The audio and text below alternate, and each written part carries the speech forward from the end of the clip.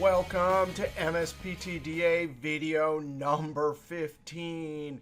This is going to be Power Pivot Introduction number 3. Now, we already had Power Pivot Intro number 1 where we talked about relationships. Then in number 2, we talked about holding millions of rows of data in the amazing columnar database. But in this video, we're going to do a full comprehensive introduction to Excel Power Pivot. Now, I have the word dashboard here because that'll be our end result. But really, we're going to talk about tables, relationships, DAX formulas, and all of the other things necessary for Power Pivot. Not only that, but most of what we learn in this video is equally applicable to Power BI Desktop. That means in this video, we're going to use Power Pivot, the data model with tables and relationships, and DAX. But of course, that means if we're bringing data into Power Pivot and the data model, we're going to have to use Power Query. That's the tool we studied through the first 12 videos.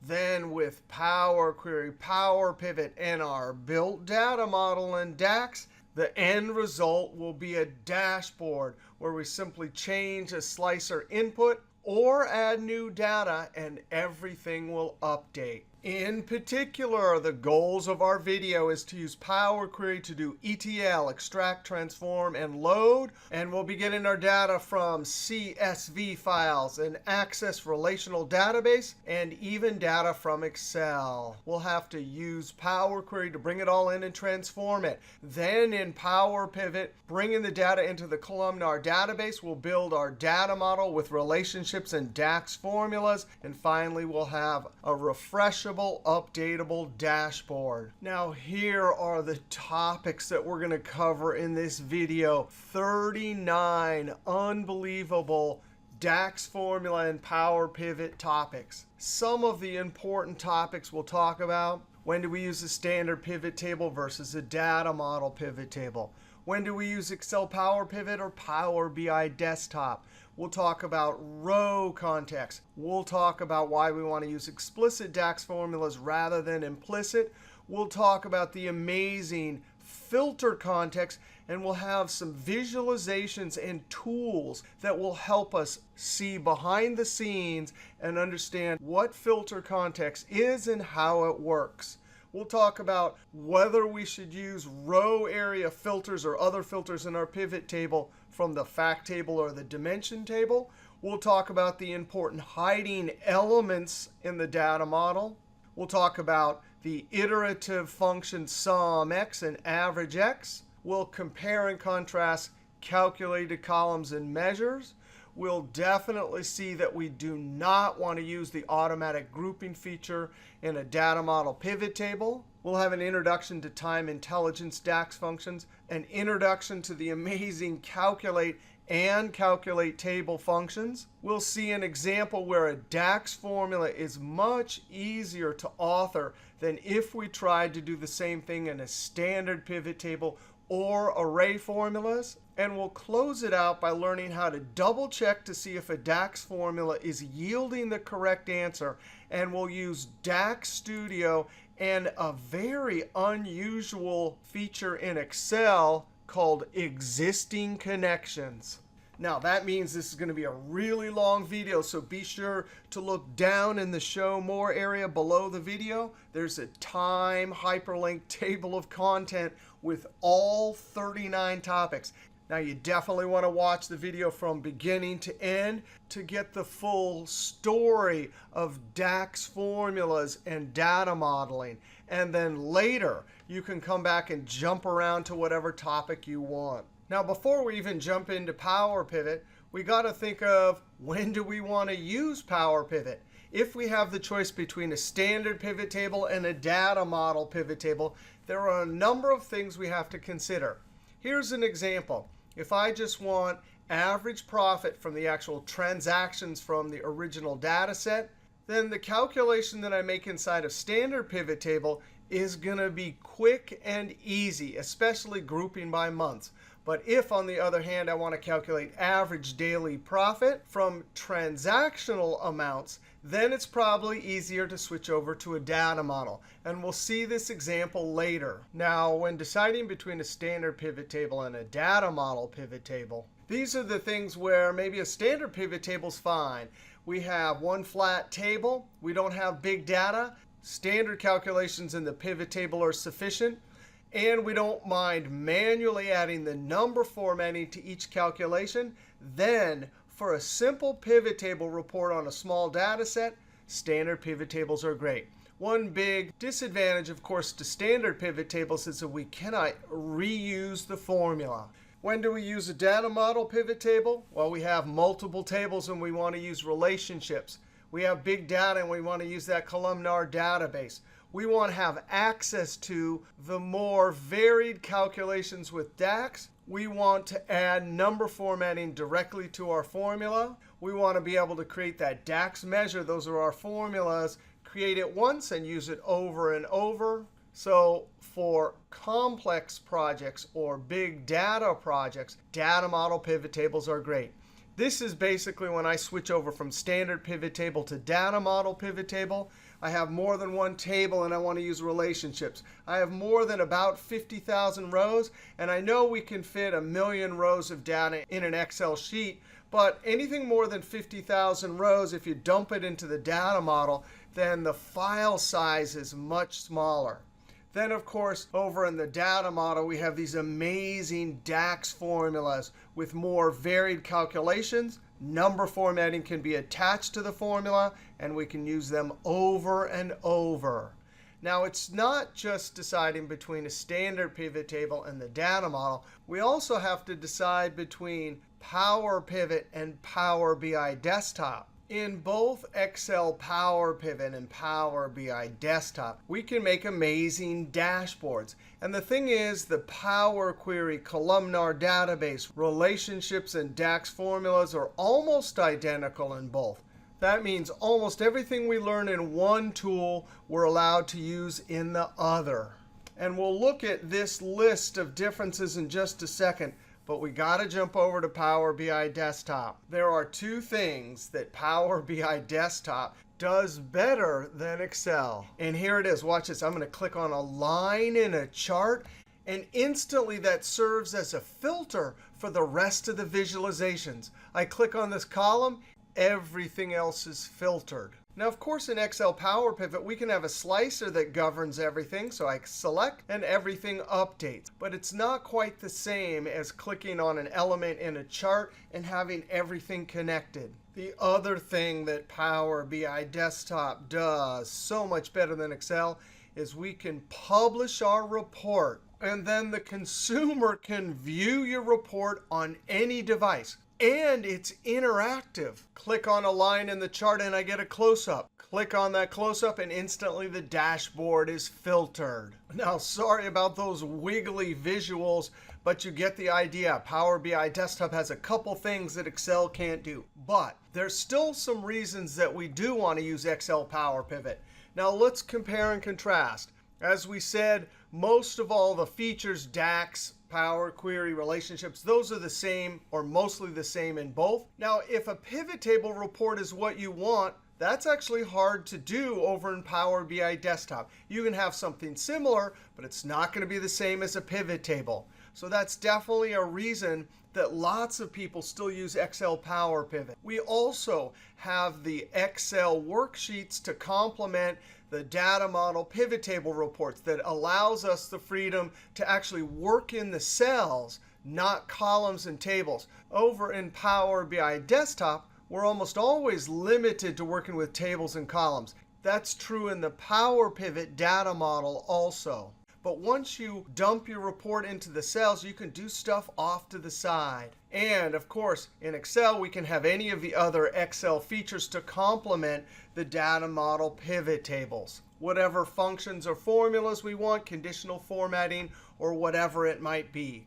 Also, if you're familiar with Excel, which a lot of people are, that's at least a great place to start. And once you get used to the data model DAX, then you can jump over to Power BI Desktop. Now, one downside to DAX formulas in Power Pivot is that on really big data, you'll notice that the formulas calculate more slowly in Excel because they are calculated with MDX, which only allows one processor at a time. And over in Excel, it's hard to share Power Pivot reports unless you send the Excel workbook. Over in Power BI Desktop, we publish it, and then it doesn't matter what they have on their device, they can consume it. Now, Power BI Desktop, when do we want to use that? More varied visualizations and reports. The visualizations and reports are interactive. One can filter the other. You can publish the visualizations and reports so they can be consumed on any device. We can also create table DAX formulas over in Power BI Desktop that can become part of the data model as a table. We can't do that over in Power Pivot. Now, another reason we might want to use Power BI Desktop is the DAX formulas calculate more quickly in Power BI because they're calculated using DAX, which allows parallel processors to work on calculations. This matters for big data. As we mentioned, over in Excel, MDX is used to make the calculation. Another big difference between Power BI Desktop and Excel Power Pivot is Power BI Desktop gets updates each month, and sometimes we get DAX formulas and other features that aren't in Excel. And this is why we can't create a data model in Power BI Desktop and open it in Excel. But it's perfectly all right to create a data model in Power Pivot and import it into Power BI Desktop. And actually, we will see that because sometimes we have a data model and we have our pivot tables, but now we want to throw it over to Power BI Desktop and use some of the interactive visualizations that we can share. Now, when do I switch from Excel Power Pivot to Power BI Desktop? I want the visualizations in Power BI. I want interactivity over in Power BI. I want to be able to publish, or I might have too much data and I need faster calculation times over in Power BI. All right, we've discussed the different tools: standard pivot table, Power Pivot, or Power BI Desktop. This video is all about Power Pivot. So let's get busy importing, transforming, creating our data model and our reports. We'll start off by looking at our data. There's a 015 text files zipped folder that you can download. Inside, we have some CSV files, an Access database. The start folder is what we will point Power Query to. The CSV files are comma separated values. These are the text files. If we open them, we can see we have ISO dates, product ID, sales rep, units sold, discount, and cost of goods sold. Each one of the files have the same columns. We'll look at the relational database before we import it. And then over here on sales rep, there's our Excel table with sales rep and region. Now, we're not going to create the data model and dashboard in this Excel workbook. We're going to open up a new Excel workbook, Control-N, F12, and we're going to save it with the name 015 Finished Dashboard. I want to name the sheet Dashboard and enter. Now we're going to use Data, Get and Transform Power Query to get our data. In the Power Pivot ribbon tab, there isn't a way to import data except for Add to Data Model. That's how you get an Excel table into the data model. This button right here, Manage Data Model. This says go to the Power Pivot window. This is where we go look at our data model. We look at our tables. We can build relationships and DAX formulas. We'll use this button a lot. This button is in the Power Pivot ribbon tab. It's also over in the Data ribbon tab, over in Data Tools group, and there it is. Go to the Power Pivot window. Whichever button you click, when you click it, it opens the Power Pivot for Excel window. There are some ribbon tabs. All we want to see here is, yes, we don't have any data or relationships or DAX formulas yet. Before Power Query, we used to have to go to Home, Get External Data, Group, in order to import data into Power Pivot. We don't do that anymore. The tools in Power Query are much better than in Power Pivot. We're still going to land all the data here and build our data model here, but not import. For importing, we go to Data, Get and Transform, Power Query. Now, everything we're going to do to get the data into the data model, we've already done earlier in the class. But we need to think of Power Query as the front-end tool for our Power Pivot data model. So we're going to go to Get Data, From File, down to From Folder. Click Browse. Find your Start folder. We're pointing Power Query to all the files inside that folder. Click OK. Click OK. We do not want to click Combine. We do not want to click Load. We want to click Edit. This is the Power Query Editor. The first step is we need to name this. We're going to name this query F Transactions and Enter. This query name, F Transactions, is both the query name and the name of the fact table that will be imported into the data model. Now, earlier in the class, we dealt with this column, but we're only going to get .csv, and it will always be the correct lowercase. So we're not going to do any filtering here. All we want is we need to access each one of these text files and append them one on top of each other. Now, I don't want any of these other columns, so right-click Content, Remove Other Columns. I'm going to open up Queries. We see we have F Transactions. That's our current query. When I click this Combine button, and I'm going to click, it's going to ask us for the delimiter. The delimiter is comma. I'm going to click OK. And it will build a number of queries, including a function. We already saw exactly how this worked earlier in the class. We can see it invoked the custom function. It did a number of other steps, and here's our data. We want all the columns to be imported as a single table into our data model. Now, ISO date, we're going to have to convert that. Product ID and sales rep, those will be used as foreign keys to connect to product and sales rep tables. Unit sold, discount, and cost of goods sold. Those are numbers we'll use for our DAX formula calculation. Now, the first thing we need to do is convert ISO date to proper date. Notice down here, this is the change type, and it changed it to a number. I'm going to click on the data type icon and change it to text. It'll ask me, do I want to replace? Yes, I do. That step converted this column to text. Now, we need that when we're converting ISO dates, because the next step, when I say please convert this to data type date, now we want to click Add a new step. And the combination of text and then date converts it to an ISO date. Now we need to change the field name. So I'm going to double click and call this date and enter. Now we have a cost of goods sold column here with lots of extra decimals. Now remember what we learned last video. We learned that in a columnar database in Power Pivot and in Power BI Desktop, each one of these columns will be stored as a unique list. Now, if we needed all the extraneous decimals, then we just import it.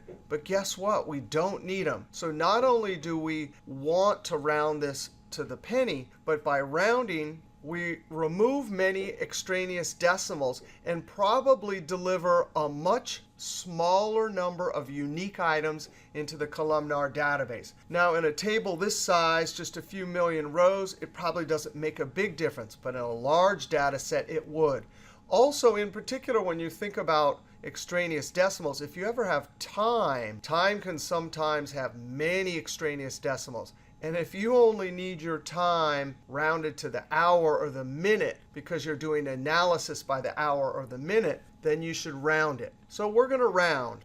Cost of goods sold, I right-click, transform, round, and I want round. Decimal places 2 because we're rounding to the penny. Click OK. So for this fact table, we have completed our transformation. Now we can load it. Close and load 2. Here's our import data dialog box. We do not want to dump it as a table. We have too many records for that. We want to click Only Create a Connection and then check Add this to the data model. Click OK. Now that opens the queries and connection pane, and it took a little while to load, but look at that. There's F transactions, 1.1 million records. You can actually hover your cursor. It shows you a preview, tells you how many columns, where it was loaded. This was loaded to the data model and the data source, the folder path. Now we use Power Query to load it, but we want to go and look at the data model. Power Pivot, over to Manage Data Model and click, or we can use the keyboard, Alt-B-M. That opens the Power Pivot for Excel window. We can see a preview of the table. Remember, all that data got loaded to the columnar database. This is just a preview of the first few records and the 6 column. Down here, we can see the table name. There's the number of transactions. Over here in the Power Pivot for Excel window, we have the ribbon tabs, Home, Design, and Advanced. There's not too many things that we use these ribbon tabs for, but throughout the rest of this class, we'll use a few of the features. Over here, we want to look at View. Data View, that means we look at the tables. Diagram View, that means we can see the tables. And if we have other tables, we could see the relationships or easily create the relationships. There's also a few other things we can do over here. Data View, notice table, and then there's this gray line and a bunch of cells like we're over in Excel. You can actually move this. This is called the Measure Grid. Measure is the word we use for formulas that go into the pivot tables. This is where we can create our DAX formulas or measures. We can also turn this off. We see f of x. If I click calculation area, it removes that. I keep it on. Later, we'll have hidden columns in table, and we can either show or not show. Now I'm going to go over to diagram view. We're going to import some more tables, and we'll see them here. Now to get back from the Power Pivot for Excel window back to Excel, you can click that, or you can simply use Alt-Tab. I want to import an Excel file. And if the Excel table was in this workbook, we would use that button. But our Excel table exists in our Start file. So I'm going to say Get Data from File from Excel Workbook. And there it is, 015 MSPTDA Comprehensive Power Pivot. I'm going to double click. It will look at the different objects in that Excel workbook. We only want D sales rep table. We see a preview. I'm clicking Edit. In the Power Query Editor, I see that we have all of our original queries. There's a new query. All of the columns and data types are fine. The name is fine. Close and load to. Only create a connection. Add this to the data model. OK, I see my table right there. Alt-Tab. I can see diagram view shows me the table has been imported. Alt-Tab. Now we want to import some data from an Access database. Now we're going to connect to this Access relational database. We need to import the data from product, D category, and D supplier. But as we discussed earlier in the class, if we import from a relational database, Power Query will actually bring in the tables and the relationships. This could then be dumped right into the data model. But guess what? We don't want to use snowflake data model form. We want to use star schema. We talked all about that earlier in the class. What that means is this is going to be the one dimension table that has a relationship to the fact table. If, in fact, we need category and supplier as criteria or filters for any of our reports, it would be more efficient to pull this in and have it as an extra column in D product. Now, the cool thing about Power Query is when we connect to this relational database, we have the choice to import all the tables and relationships or just a single table, and it will automatically pull in whatever fields we want. All right, so I'm going to close this and go back to Power Query. Data. Get data. From database, there's Access. I'm going to double click. Just as we saw with Excel, the Navigator window comes up, and we get to choose the objects we want to import. Now remember, Power Query knows this is a relational database, and it knows that there is a relationship between product and these two other columns. In fact, we already have a preview of the data being pulled in. If we selected all of these, we would bring in the relationships too. But we just want dProduct. I'm clicking Edit. Opening up queries. Now we have 3 queries. And there we go. At the very end, we can see it brought in the related data from category and supplier. Now, the cool thing is we can click Expand, uncheck Use Original, uncheck everything. And all we want from this related table is the category column. Click OK. Just like that, we have it as an extra column in our dProduct table. Expand, uncheck everything. All I want is supplier. Click OK. We're looking through each column. The data and the data type looks fine. That name for the query and for the table that will be imported into Power Pivot is fine. The steps are good. Close and load to. Only create a connection. Add this to the data model. Click OK. The product table has been imported. Alt-Tab. And there we have our F transactions, our fact table, and our 2-dimension tables. Now, step 1 of building a data model is done. We've extracted data from various locations, cleaned, transformed, and loaded it to the data model. The next thing we want to do is build the relationships. Here's the fact table. These are the 2-dimension tables. Now, 2 videos ago, we used the Excel user interface to create our relationships. But here, in the Power Pivot window, we're going to use diagram view. Here's the one side. There's exactly one of each product ID in the first column. I click and drag over to the many side, where, of course, we sold many of that product. When I let go, instantly a one-to-many relationship is created. Similarly, sales rep ID, one of each ID in the dimension table. I drag it over to, and even though the sales rep does not have the same name, that's the many side. So when I drop it, instantly a one-to-many relationship is created. Now, what do these relationships do? As we saw the last couple videos, if our data was in an Excel sheet, they would help us to replace VLOOKUP. They allow us to bring all 3 tables into our pivot table field list, which then allows us to drag and drop fields from our dimension or lookup tables into the row and column area of the pivot table, which in turn filters the calculations we make on the F transaction fields or column. Now, before we can really expand on that idea that the relationships transfer filters from a dimension or lookup table over to the fact table, we have to get busy building our first DAX formulas. Now, to build our DAX formulas, we're going to go over to Data View. And there's 2 types of DAX formulas. The first one is called a calculated column. Just like over in Excel, we can create a helper column that will make a calculation for each row in the table. Now, calculated columns sometimes are used to calculate numbers in a fact table like we're going to do. We're going to calculate revenue. Or, as we'll see later in a date table, we might have to calculate fiscal quarter or fiscal year, which is a condition we'll use in the row or column area of a pivot table.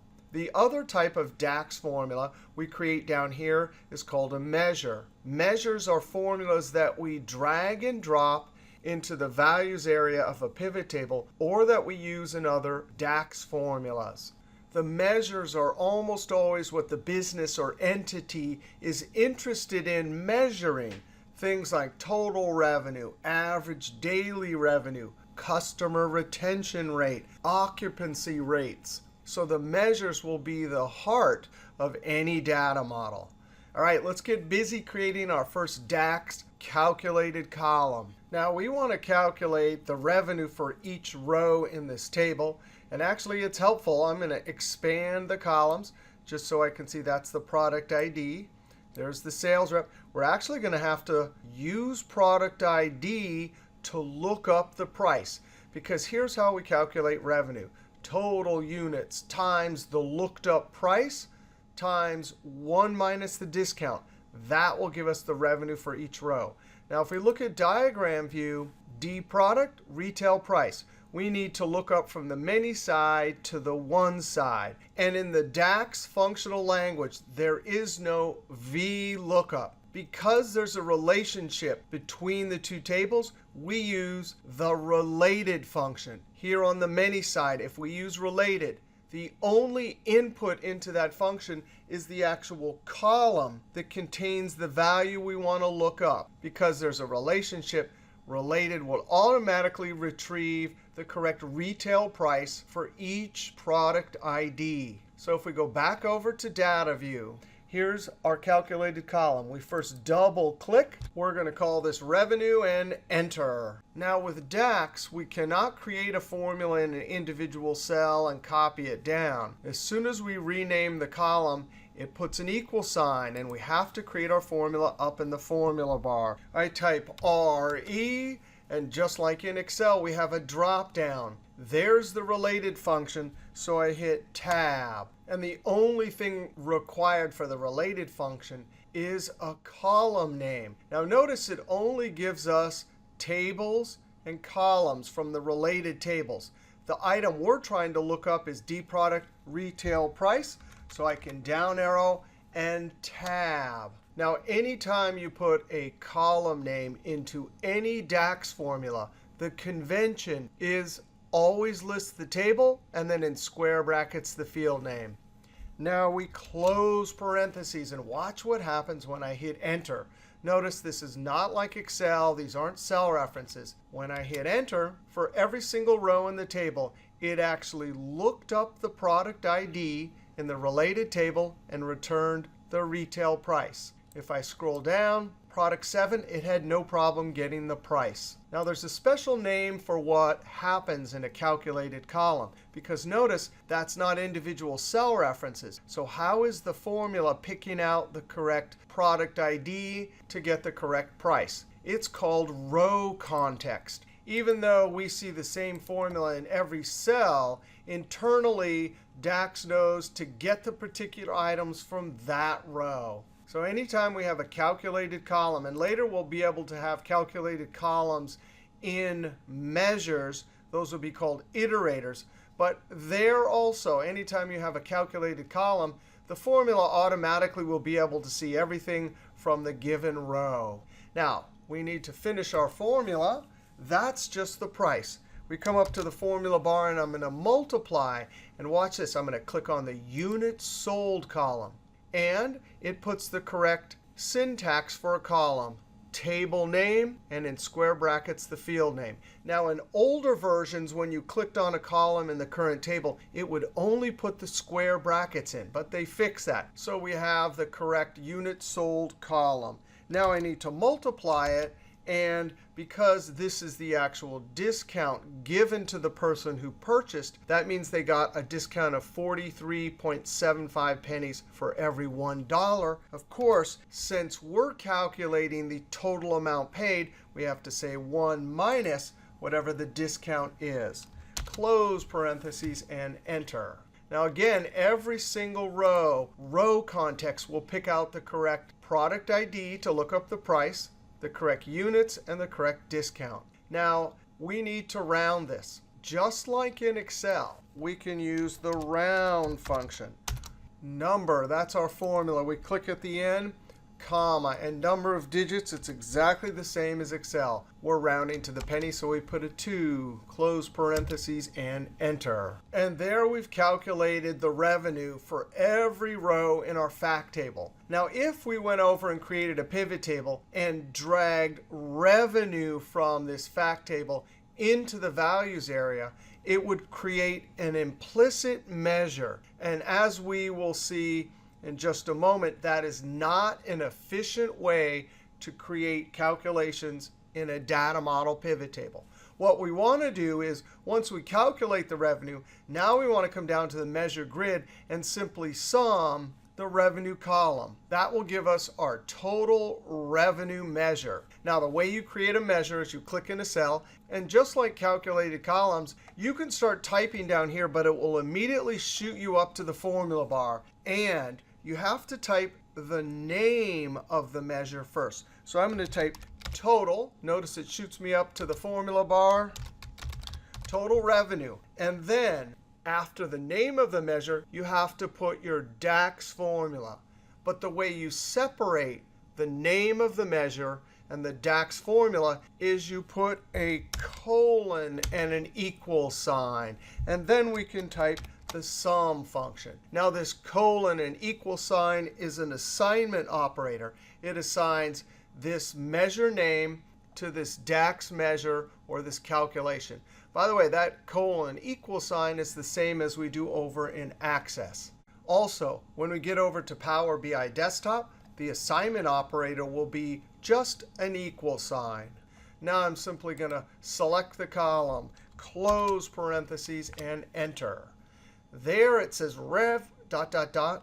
Increase the column width. I could see the number. Now we're going to add number formatting to our formula. Wow, I've wished for this over in Excel for decades. I'm going to choose $English. And by the way, there are not as many different number formattings here in DAX as there are over in Excel. But I'm going to select English. And there it is. We can use this measure over and over in as many data model pivot tables as we want. And the number formatting will always be applied. Now, our measure is in that one particular cell. We actually could have put it anywhere in this measure grid. And because the measure, total revenue, is sitting below the F transactions table, when we create a data model pivot table, the F transactions field list will list total revenue measure. Also, we could have put this measure on one of these other sheets in the measure grid, but the convention is to put the measures on the fact table because most of the time the measures are working off of the numbers inside the fact table. Now that we've created our first measure, we want to see how to use this in a pivot table. Also, when we create our pivot table, we're definitely going to do the proper thing and use our explicit measure in the values area of the pivot table. But we also want to see what happens if we take a column from a table. This happens to be our calculated column. But if we take revenue from the pivot table field list and drag it to the values, it's going to create what's called an implicit measure. And we'll see why that's not a good idea. Now, we can create pivot tables from a data model in two ways. We can either use the pivot table button over in the Power Pivot window, or later when we're over in an Excel sheet, we can just use the normal Create Pivot Table dialog box. We're here in Power Pivot, so I'm clicking the Pivot Table button. Now, when we click the button over in the Power Pivot window, it jumps us back to Excel, and it gives us the Create Data Model Pivot Table dialog box. It only has two choices, New Worksheet or Existing. I'm going to put this on a New Worksheet. But this is not a normal pivot table anymore. When I click OK, we're creating a data model pivot table. Over here in the pivot table field list, we could see all three of our tables. Now we want to create a pivot table, and we're going to use from the dimension table the products field. I'm going to drag it down to rows. Instantly, I get a unique list. Now let's go look at our measure. Measures we're going to put in our F transaction. Later, we'll hide all these columns because we don't want to use any of these columns.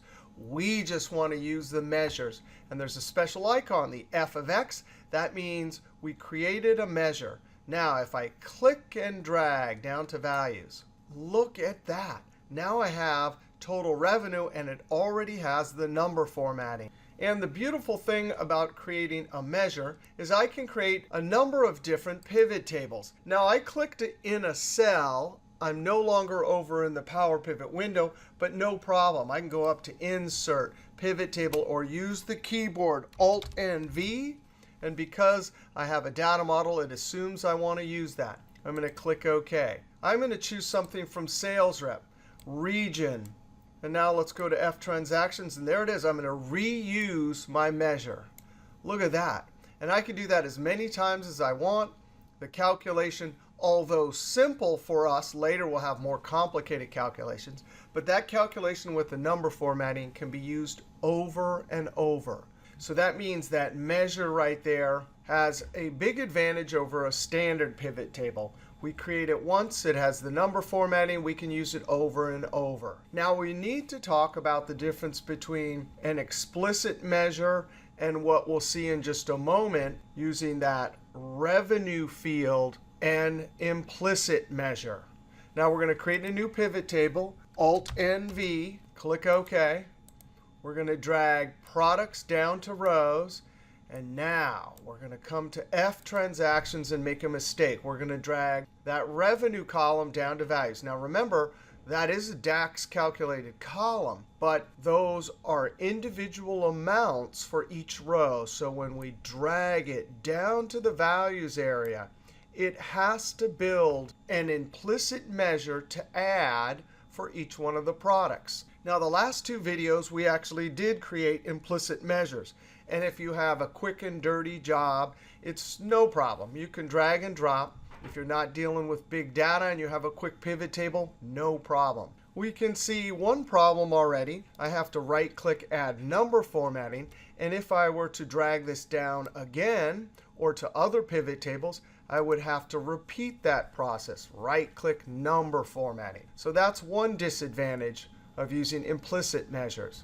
Another disadvantage is, let's say we have this column and we change the calculation, right-click.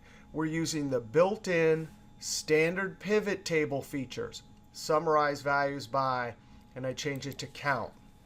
No, I didn't want count, right-click. Summarize, and I want average, but I click max. Oops, no problem. In a standard pivot table, this wouldn't be a big deal. Now I come down here and I finally get to the calculation I want, average. Now we want to go and look at what happened in the data model. Because every time we invoked one of those calculations, over in the data model, a measure was made. Remember, this is a data model pivot table. We're pulling from these tables. So when we drag a number field, or for that matter, if I wanted to count sales rep, I could drag text down to values. But every time we do that, a DAX measure has to be created. Now let's go look at the data model. Alt-Tab. Well, wait a second. Here's the measure grid. I don't see any other measures, so where were they created? Well, I see my explicit measure, and you actually have to hunt around. I'm not quite sure why they don't have that button on by default, but there it is. Show implicit measure. And there they are. And look at that. Now I have 4 measures here. If I really only wanted sum and average, then I have a couple extra measures I didn't need. Now, actually, if you go create a different pivot table and sum or average of revenue, this will be used again. But let's go back over to the pivot table field list. And look at that. I don't see them listed here. So it's not like I can drag and drop and reuse that implicit formula. It will be used behind the scenes, but we don't have the freedom to drag and drop. So actually, 2 other disadvantages. Number 2, we might get some extra measures we don't need, cluttering up our measure grid. Number 3, I can't reuse these automatically from the pivot table field list. Another problem, if you click on any one of these and look up into the formula bar, it's grayed out. I actually cannot change that name. So down here, max of revenue, average of revenue. That's the name that that measure has, and I can't edit it. So number 4, I can't change the name. And because I can't edit it, I can't apply number formatting. So disadvantage number 5, I cannot apply number formatting to an implicit measure. So if we really want average, well, I'm going to select these and use the delete key. And it's polite. It says, do you want to delete this from the model? Yes, I do. If I really want average, I'm going to select a cell below whatever other measures I have. I like to stack mine one on top of each other and type. That shoots me up to the formula bar. Average revenue, colon, equal sign, AVE tab. There's the average function, just like in Excel. I select table and column name, close parentheses, and enter. I come up and I add some number formatting. And there I have an explicit measure. I'm allowed to give it a name. I'm allowed to put whatever I want in the formula. I can apply number formatting, Alt-Tab. There's the pivot table. And look at that. I can reuse this formula over and over.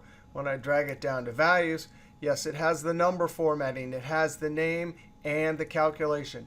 And if I go over to a different pivot table, the field list updates. And of course, that formula will follow the data model around to whatever pivot table report we might have. So implicit measures should only be used when you have a simple pivot table. The rest of the time, there's just too many advantages to our explicit measures. Now, the next thing we want to talk about is how the measure in a pivot table calculates a different answer for each row in the pivot table.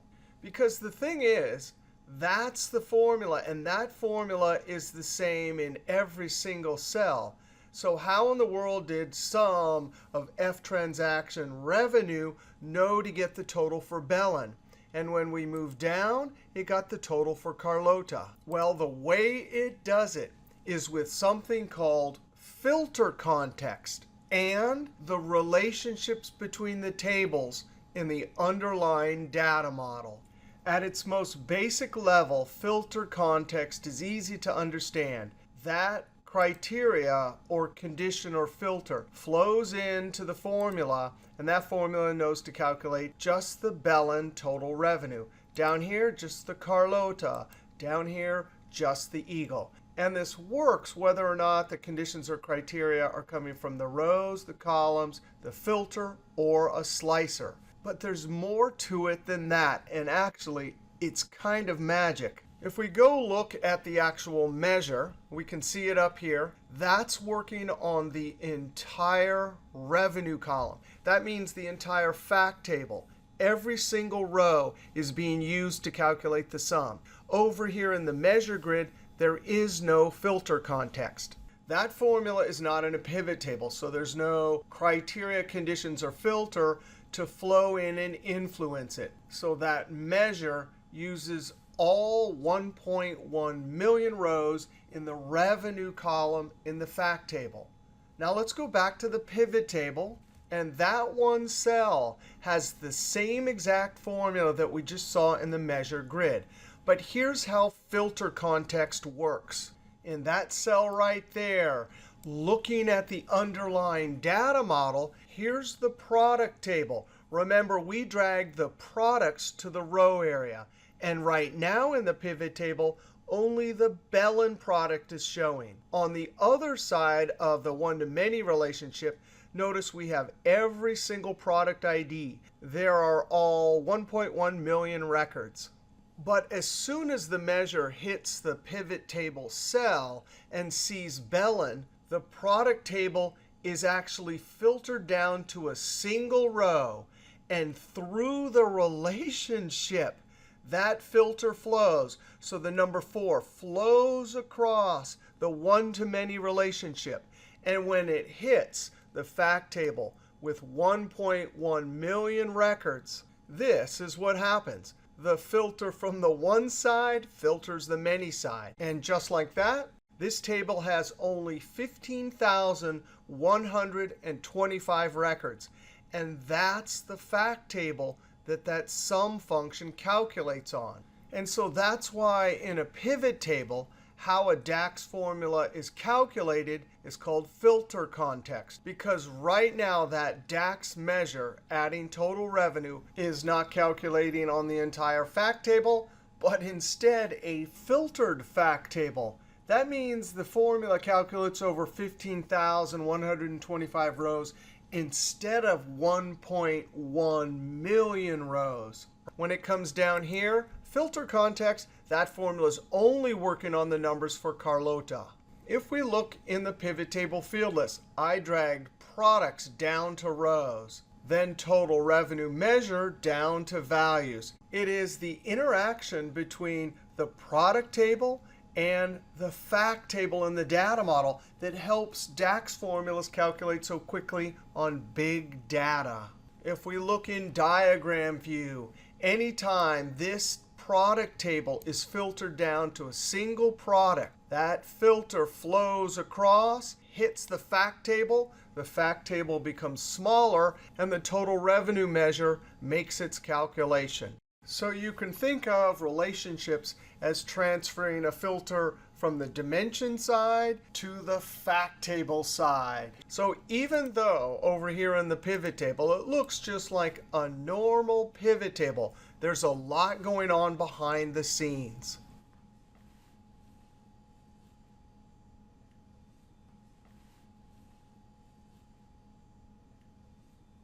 So for our two types of DAX formulas so far, DAX measures use filter context. Our DAX calculated columns use row context. Now, as we go through the rest of this video and through the rest of the class, we'll talk more about how row context and filter context work and how they interact. Now, the next topic we want to talk about is when we're dragging conditions or criteria down to row, column, filter, or slicer, should those conditions come from a dimension table or should they come from a fact table? Now, if we happen to uncheck products and drag product ID from the dimension table, notice those amounts. Because we chose product ID, if I chose product ID from transactions, I get exactly the same numbers. But that is not always the case. Now I'm going to uncheck this. Now as a rule, we want to pull our conditions, criteria, or filters from our dimension table. In general, the DAX formulas will calculate more efficiently when they filter a dimension table, transfer the filter through the relationship, and over to the fact table. But as I mentioned, there's a potential problem if we have the option to drag a particular field from the fact table or the dimension table. Now we're over in this Excel workbook. We're on the sheet Small Data Model. Here's our fact table. Here's our dimension table. I've already added these to the data model. This is what it looks like in diagram view. One-to-many relationship. I have two pivot tables I've built from this data model. They both have total sales. But now we want to see what happens when we have exactly the same field name in the dimension table and the fact table. Now we're going to select this pivot table. I'm dragging from the one side the product name. Then I'm going to click down in the second pivot table. From the many side, I'm going to drag product name down to rows. What is happening with this blank? And down here, it has all the products. Anytime you have unmatched items in a relationship, this will happen. Because I have more items on the many side, when I drag the field down to rows, it does what it's supposed to. It gives me a unique list. On the one side, when I drag product down to rows, it does exactly what it's supposed to. It gives me a unique list. Except for this. This only happens when you have a relationship and there are unmatched items in the relationship. It actually is very polite. That blank is catching all of the sales for any product on the many side that doesn't have a corresponding item on the one side. So since our rule is going to be pull fields from the dimension table down into the row, columns, filter, and slicers, anytime we see that blank, it's a signal that we need to go fix the first column of our dimension table. Now, the truth is, most of the time, we should fix this up front when we bring the data in, making sure that we have a unique list of all the products. But this does happen. We get bad data all the time, and we have to deal with it. All right, let's go back over to our other workbook. Well, if it's true that some of these fields should not be dragged down to the row, column, filter area, then that leads us to our next topic, how to hide the fields from what is called the client tool or the reporting tool. To go over to our data model, over to diagram view, in the F transactions, we'll actually deal with the date column and a date table in a little bit in this video. But the fields product ID and sales rep, we don't want to use those. We want to use products and sales rep from the dimension tables. Units sold, discount, cost of goods sold, and revenue. Those are all number columns. And we absolutely don't want to drag and drop and create implicit measures. So all of the fields from product ID down to revenue. I'm holding Shift. I click, right click, hide from client tool. Now, they're grayed out here. If you go over to Data View, they're grayed out here. But guess what? We can still use these columns in calculations. But when we go over to our pivot table field list, there it is. All of those fields are hidden. Now, later, we'll hide the date field also, and then we'll have exactly what we want in F transactions, only measures that we can drag and drop. Back over here, I want to click on Product ID, hold Control, Retail Price, Category ID, Supplier ID. Guess what? Those shouldn't even be here. Those were originally in our product table when we exported this from our database. So guess what? We're not even going to hide those. We're going to go back into Power Query, adjust what we did in Power Query, and then it will be reflected over here in our data model. So product ID, retail price, category, supplier, and products we definitely want as conditions to drag and drop. Right-click, hide from client tool. The only item over here is sales rep ID. We don't want to drag that, so right-click, hide from client tools. Also, sometimes you have helper tables. Later in this class, we will. And you can right-click and hide the entire table from the client tool. Now we're getting closer to what we want to see in our pivot table field list. Now let's go deal with category and supplier ID. I go right back up to data, queries and connections. There's my product query. I double-click to open it. Here's my steps. And notice we're in Power Query. Even though we're studying Power Pivot, we want to think of Power Query as just part of our tool when we're using Power Pivot. I'm going to click on Category ID, Shift, Supplier ID, right-click, Remove Columns. There's an extra step. Now when I click Close and Load up here, it'll close and load it back to the data model. And sure enough, that query has loaded. I'm going to close this. And there it is. They're no longer in our field list. They're also no longer in the data model. Man, I love Power Query and Power Pivot together. Now we remove those two columns, and we have hidden columns in each one of the tables. Now we can hide columns. You can also hide full tables. For example, if you had a helper table, you can also hide measures. Later, we'll have intermediate measures that we do not want to show up in the field list. Now, when you hide elements in the data model, you have the option to use the Show Hidden button. Watch what happens to these columns, and then we'll go look at what happens in Data View when we click Show Hidden.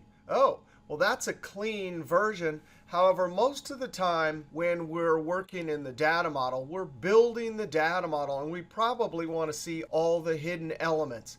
And when I go over to Data View, look what it did. This is the fact table. The only column showing is date, and it actually moved our formulas.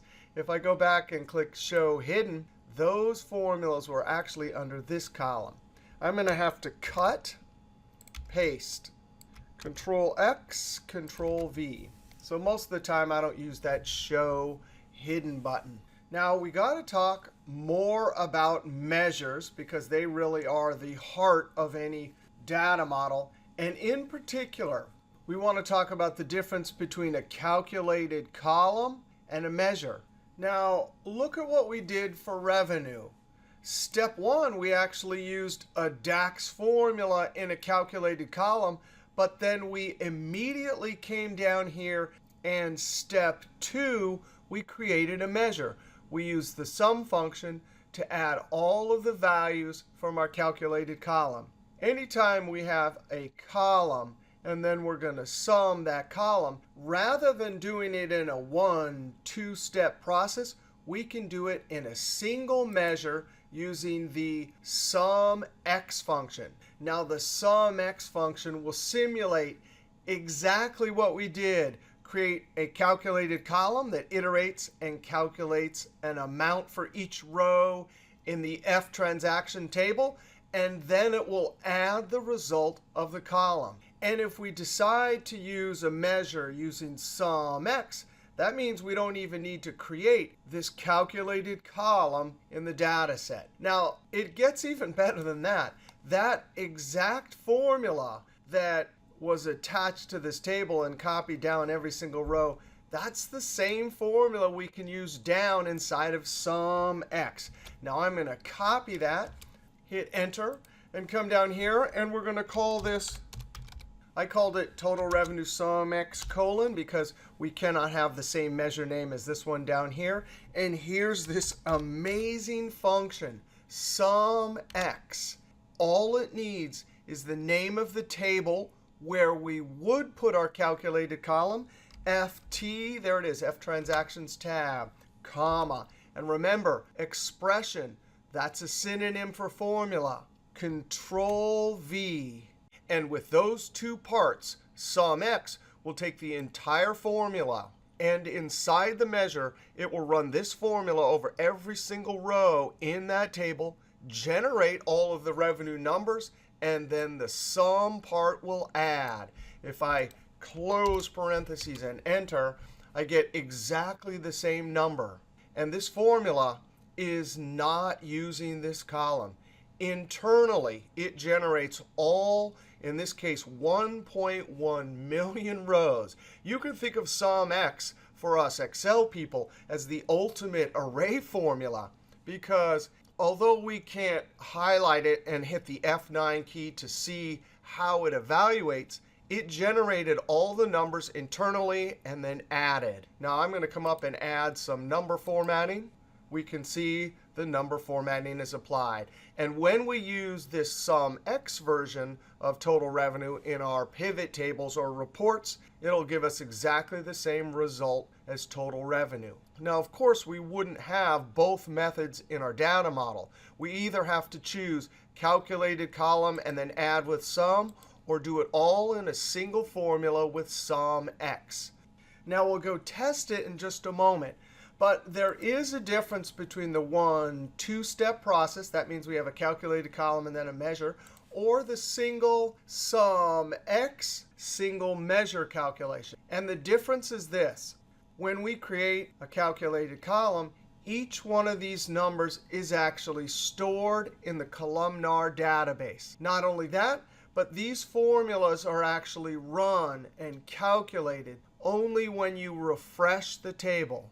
The SUMX, on the other hand, since this is a measure that we drop into the pivot table, when we drop it into the pivot table, then SUMX has to recalculate all the numbers, and then the SUMX adds. Not only that, but anytime you change the condition or criteria, meaning you click on a filter or you drag a new field down to the pivot table field list, SUMX will have to recalculate all the numbers. That means there's a trade-off when we're deciding between using a calculated column and sum or just a measure. Would we rather have a calculated column that increases the in-memory RAM database size and calculates the result upon refresh?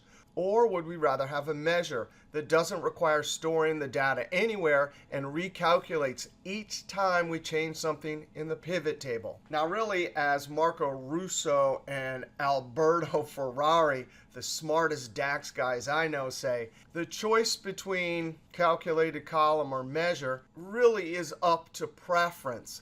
Not until about 100 million rows of data do we have to decide between storing stuff in memory or calculating every time in a pivot table. And really, I think it's as simple as this. If your measures are taking too long to calculate every time you change something in a pivot table, then you probably want to create a calculated column. Now, the convention is to not use calculated columns and just do measures. So most of the time, you'll see measures rather than calculated columns. Over here in the pivot table field list, total revenue with SUMX.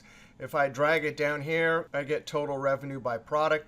This will give me the same exact result. Back here in the data model, I'm actually going to hide this one and rename this one.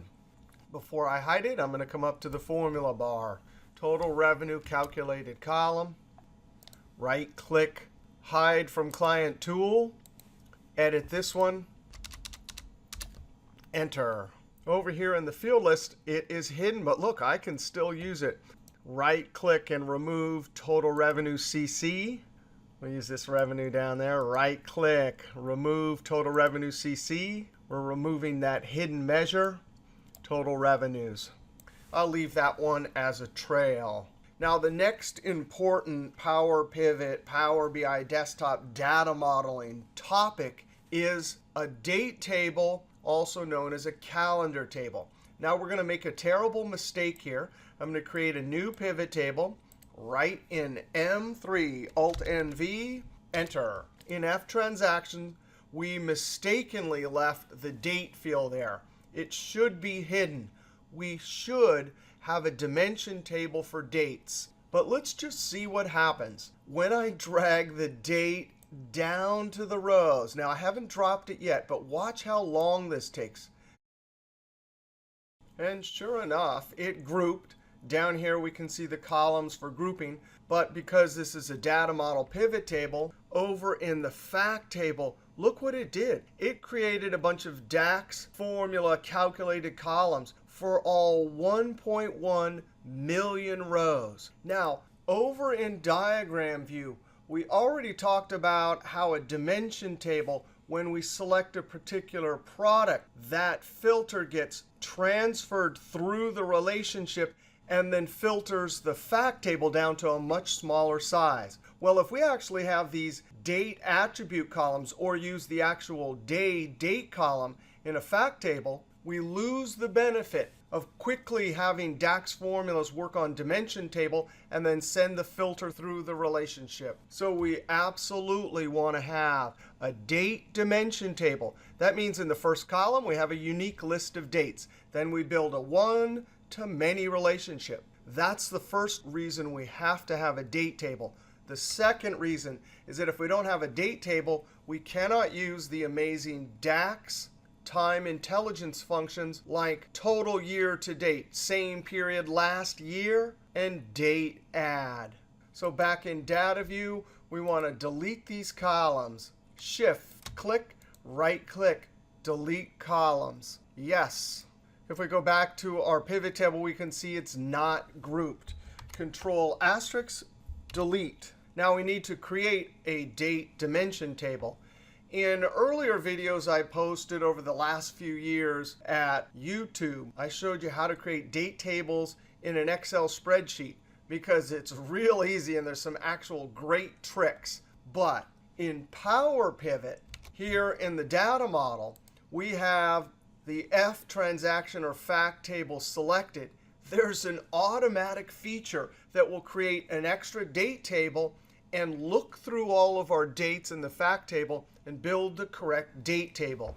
Now, this feature doesn't exist over in Power BI Desktop. Over there, we'll use DAX functions to create our date table. But here it is. We go to Design, Calendars, Date Table, and there it is, the New button. When I click New, there's our calendar table. Now I'm going to double click and call this Date and Enter. Now, when this date table was created automatically using Design, New Date Table, it did a couple important things. The first thing is a date table has to have a first column with every single day for every given year from the fact table. That means if we had even one transaction from a particular year, we still need all of the days for that year. If we had a date table that did not have a unique list of all the days for each year, then some of our time intelligence functions might give an incorrect answer. The second thing we need to make sure is that this date table is marked as a date table. Well, the automatic feature does that. You can see a check mark. When we have mark as date table, that means the automatic grouping feature for the data model for dates from our fact table will be disabled. Now, the third thing that a date table does is it has various columns, and the automatic feature created these DAX calculated columns for various date attributes. Later in this class, we'll definitely see how to create columns like fiscal quarter and fiscal year. So we have our date table. Every date for every year marked as a date table and various columns with date attributes. Now we need to go over to Home, Diagram View. I'm going to move these tables around. There's my date table. Now, it also created a date hierarchy. That just means we can drag this one field into the pivot table and we'll get year, month, and date. Later, we'll create our own hierarchies. I want to delete date because I don't want it as part of year and month. Right-click, remove from hierarchy. Now we can create our one-to-many relationship. Click, drag over to date. And now we have exactly what we want, one-to-many relationship. Now we can select a particular year or month in the pivot table. That will flow across and filter the F transactions table down to just that particular time period. One other important point for date tables is later when we get new data, if we need to update this date table, we simply come to Date Table and Update Range. Now, with our date table completed, we can come back over to F Transactions, come to the Date column, right-click, Hide from Client Tool. Over in our Excel sheet, I'm going to click in a cell, and we're going to test the date attributes from the Date table. Alt-N-V, click OK. In the All tab, I see Date, right-click, Show in Active tab. I want to right-click Sales Rep, Show in Active. Over in Active, here's our date hierarchy. I'm going to click and drag down to rows. And instantly, I see we have year and month. And notice our transaction table only lists measures now. Click Total Revenue, drag down to values. I can expand each one of these. Now I want to scroll over, and we built a date table. Now I would like to use a time intelligence function called Total Year to Date.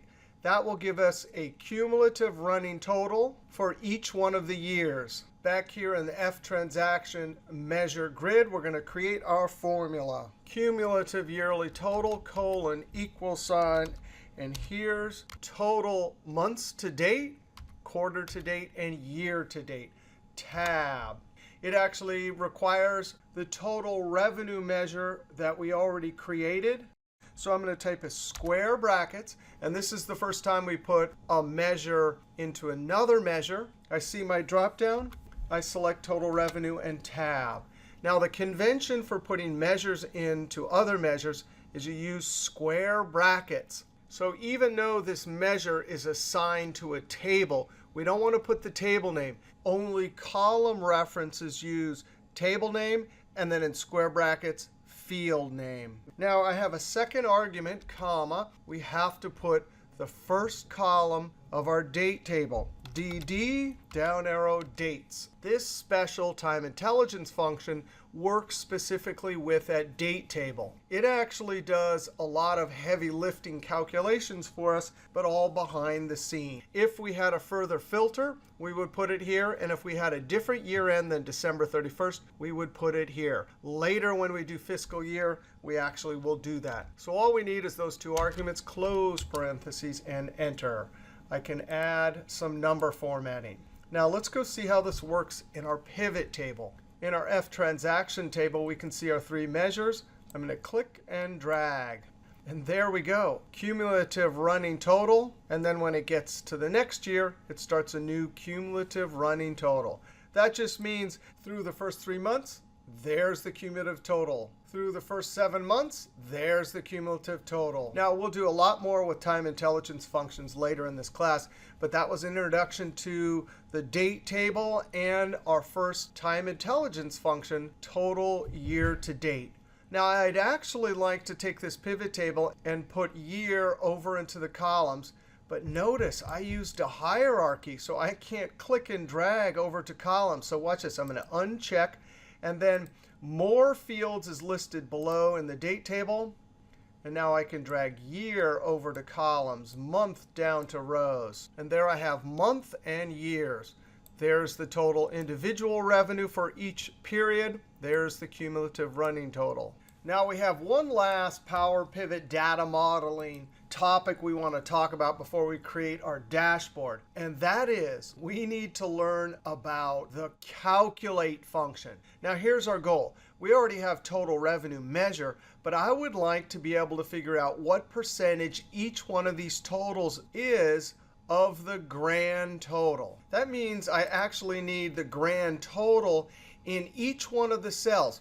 Because remember, That's a DAX formula. So from a DAX formula point of view, if I'm going to divide each one of these by the denominator, I'm going to need some method or some way to calculate the grand overall total in each one of the cells. But wait a second. I thought we talked about filter context, which means that measure sees whatever row area, column area, filter and slicer criteria are sitting in the pivot table. So how am I going to do that when the measure sees what's sitting in the row area? We're going to use the calculate function. Now, the calculate function is the one function in DAX that can change the filter context. But here's what I mean by changing the filter context. This is total revenue. So, of course, that measure sees Bellin as a condition or criteria and calculates total revenue just for that condition. If I were to use calculate in a new column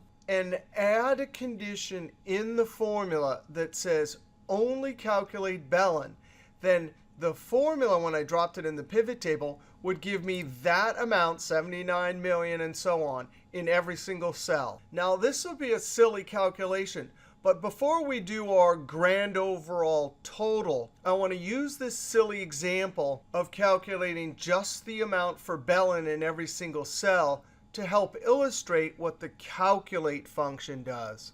Over here in the data model, I'm going to create a measure up in the formula bar, colon, equal sign, letter C. That gives me the first C DAX function, calculate. Now, the way calculate works is we have to put some formula here. We want our total revenue measure that we already created. Now, here's a great trick. Since I want to put this measure in a new measure, I can simply click on the cell, and it puts the proper syntax, square brackets for total revenue. Now, comma. And what does calculate do?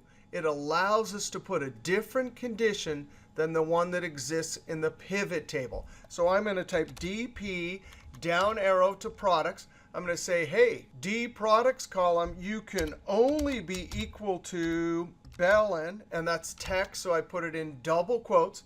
This is a Boolean calculation. We have a comparative operator looking at an entire column. Really what it does in the data model is now the product table will always be filtered to Bellin no matter where this new measure appears in the pivot table. Now we want to close parentheses and enter. Alt-Tab. I want to actually move this pivot table. So I'm going to click on the edge with my move cursor and move. Over here, I see Bellin total. Now, this is our first example of calculate to change the filter context. And no matter how hard each one of these conditions at the head of the row tries to get in and filter that table, it's not going to work. Because we have internally inside of calculate this same column right here, and it says Bellin, everything will remain Bellin. So that's a simple example of how to change the filter context. And as we go through the rest of this class, a lot of the most interesting formulas we have to create using DAX use the calculate function to change the filter context. Alt-Tab, I'm going to right-click, hide from client tool. Now below this, we're going to create our grand total, colon, equal sign, C and tab, square bracket, down arrow to total revenue. That's our expression, comma. But what in the world could we put into filter argument to remove all conditions from the pivot table? Well, there's a function for that, and we use it inside of calculate, and the function is called all. We can put a table or column, but for us, we want to put F transactions. What all will do is it will remove all filters from the F transaction table. And because this is the heart of our star schema data model, if I use all on F transactions, it removes all filters from all tables. Close parentheses. So now in filter 1, we have the formula element, which removes all filters. That means no matter where we copy this formula or what conditions we might drag anywhere in the pivot table, it'll always show the grand total. Close parentheses and enter. Alt-Tab. Inside this pivot table, there's the grand total. Click and drag. And sure enough, Calculate does exactly what we want it to. It calculates the denominator in every single cell that we will use with total revenue measure in the numerator. Alt-Tab. Now we could just, after the equal sign, square bracket and arrow down to total revenue, and then use division. That's fine. But in DAX, there's actually a function specifically created for doing division. So after the equal sign, div tab, numerator, I'm very carefully going to come after total revenue, comma. So now we have numerator and denominator. Now, the great thing about this formula is, of course, the filter context will flow in for total revenue, and it will give us the correct amount for each row area product. But calculate, that'll be the correct grand total for every single cell. Now, there's a third argument in divide, comma, alternative result. This is what you want the formula to deliver when there's a divide by 0 error. By default, it delivers a blank. Now, blank is something special in DAX, and later we'll see how to use the blank function. It is like an empty cell in Excel or a null value in a database. It is not like a zero-length text string that we would use in Excel, and it is not an error. So I'm going to leave it out, backspace, and by default, it will put in a blank. Close parentheses and enter. Now, of course, it gives us 1 because over here there's no filter context, so grand total divided by grand total is 1. I'm going to click the percentage number formatting. I see it there. Alt-Tab, and look at that. Now we have our total revenue as a percent of grand total. Now, I think I want to change this name. Alt-Tab, up in the formula bar, percent symbol space, and enter. Alt-Tab. And there we have a good label. All right, the two examples we've seen so far for calculate and changing the filter context is we use calculate in all to remove all filters from the pivot table and give us a grand total in each cell. We also saw how to add a filter like equals belen to get a belen total for each cell. But there's another amazing way that calculate can change the filter context. We want to go back over to the data model, and we want to go over to the sales rep table. And imagine our goal is to get a total for revenue for each sales rep. Now, this should be easy enough because guess what? This sales rep table has a relationship. Here's sales rep, and it has a relationship with the fact table. So for each row in this table, we should be able to use the sum function, see the sales rep name, send that filter across so the filter filters the revenue column down to just the revenue for that sales rep, and then add. Well, if we go back over and try to do this, I'm going to call this column sales rep revenue. Up in the formula bar, I'm going to use an aggregate function sum, ft, and I'm going to use that calculated column for revenue. Close parentheses, enter. Oh, no. Guess what? That's the actual grand overall total of all revenue from that revenue column. The problem is this.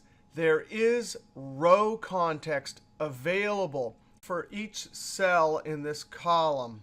But a formula in a calculated column by itself cannot send row context through the filter to filter the table on the other side of the relationship. In diagram view, here's our calculated column. For that row, SURADCoolinator, that filter cannot be sent across the relationship.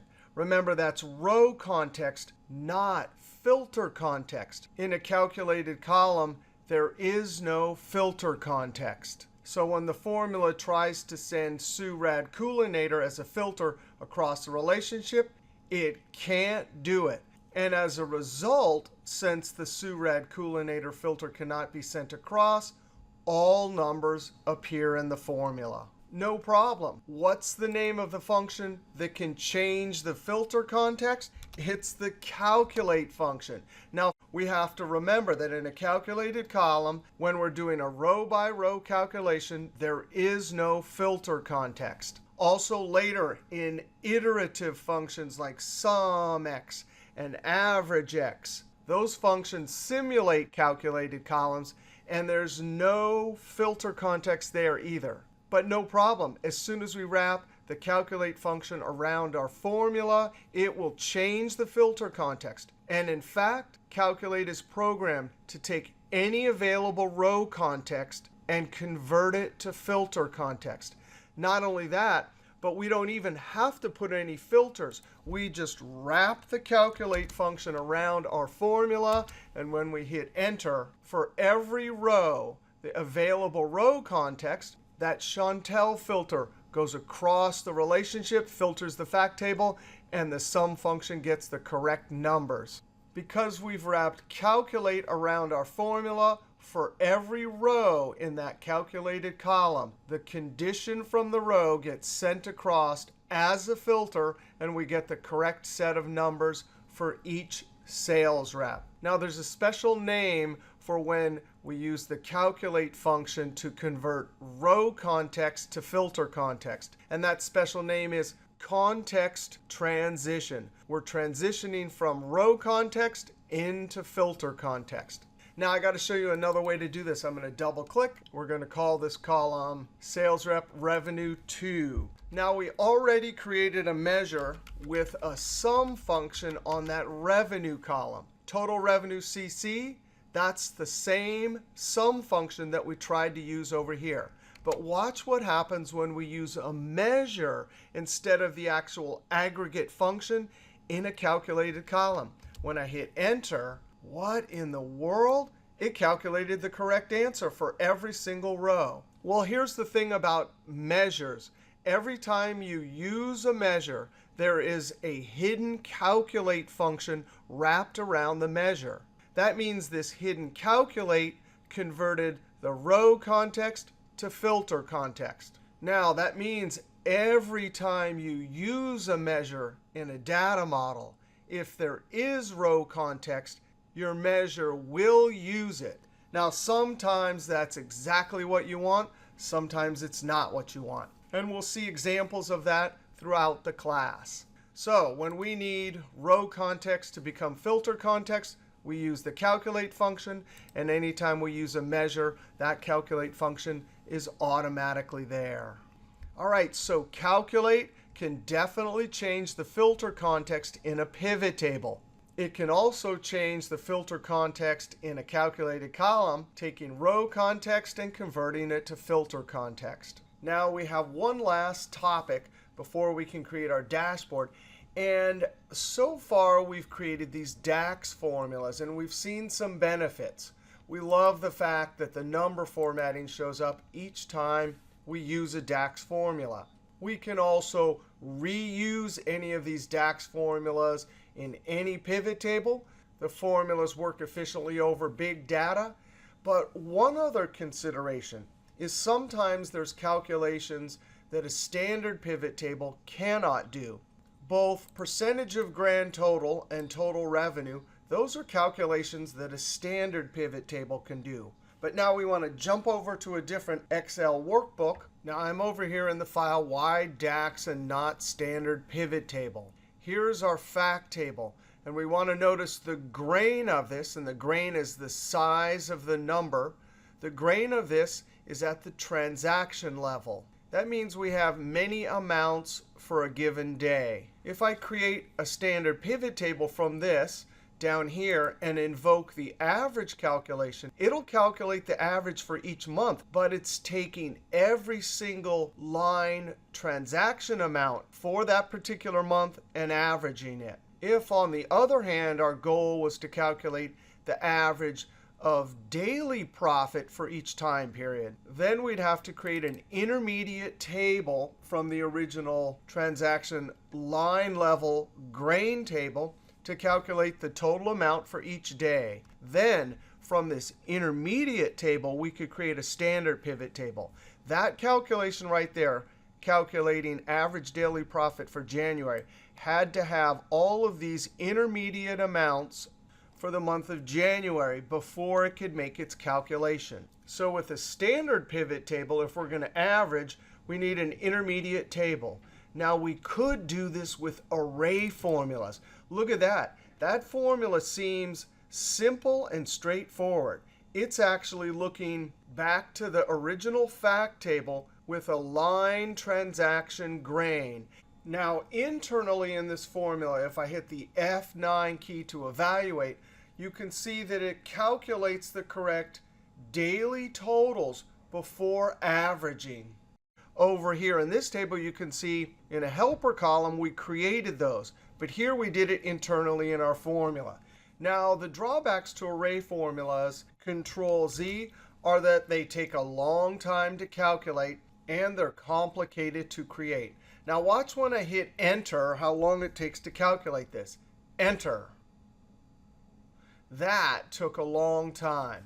Now, over here, we created a data model pivot table with average daily profit. And if I click inside, I can see I've already created the formula here. Now, I want to show you how to create that DAX formula. But we do have to have the fact table and a date dimension table in our data model. Over in Diagram View in Manage Data Model, you can see I've imported them and created a relationship. Now, notice we do need a date table, similar to the fact that we needed an intermediate table here. But this intermediate table is sitting in the spreadsheet with lots of formulas. Of course, over in the data model, we get all the benefits of a star schema model with dimension tables. And the added benefit that the calculation we want to make is going to be really easy with that date table. Now, the first thing is I want to show you a different place to create a measure. The measures that we created so far in this video,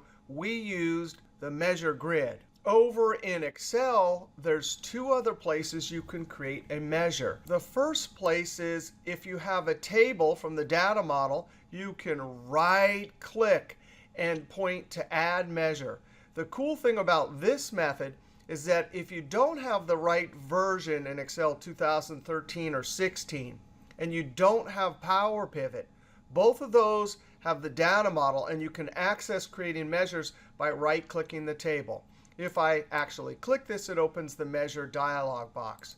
You can also go over to Power Pivot, Calculations, drop down for Measure, and New Measure. Now, before we can do that, I need to delete this measure. Right-click, right in PivotTable field list, delete measure. Delete. It's gone. Pivot table, new measure. Now we need to say what table this measure is assigned to, the measure name, average daily profit.